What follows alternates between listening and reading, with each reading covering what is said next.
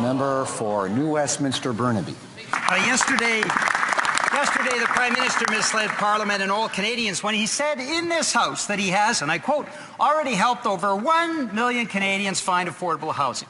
We checked the CMHC record, and it says only 14,703 new units have been or are even being built. So this government gave away $14 billion in corporate tax write-offs in the mini-budget, but has only built a few new units of housing. Why is the Prime Minister deliberately misstating the facts? When will the government find new affordable housing for Canadians?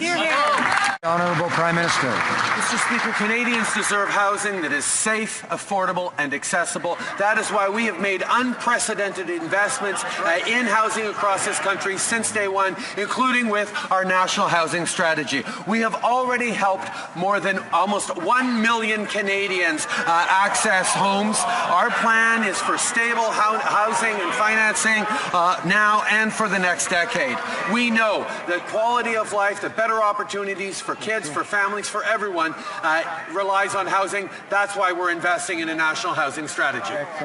For New Westminster Burnaby. Let's be clear, doing routine repairs and maintenance is not finding new housing for Canadians. And that answer shows appalling disrespect for Canadians in Burnaby and everywhere else that are suffering through the worst housing crisis we've ever had. Canadian families are struggling under the worst family debt crisis in our history and in all the industrialized world. 46% of Canadians are $200 away from financial insolvency in any given month. Why doesn't this government build affordable housing? Why doesn't this Prime Minister start to care as much about Canadians as he does about Bay Street billionaires? Honourable Prime Minister.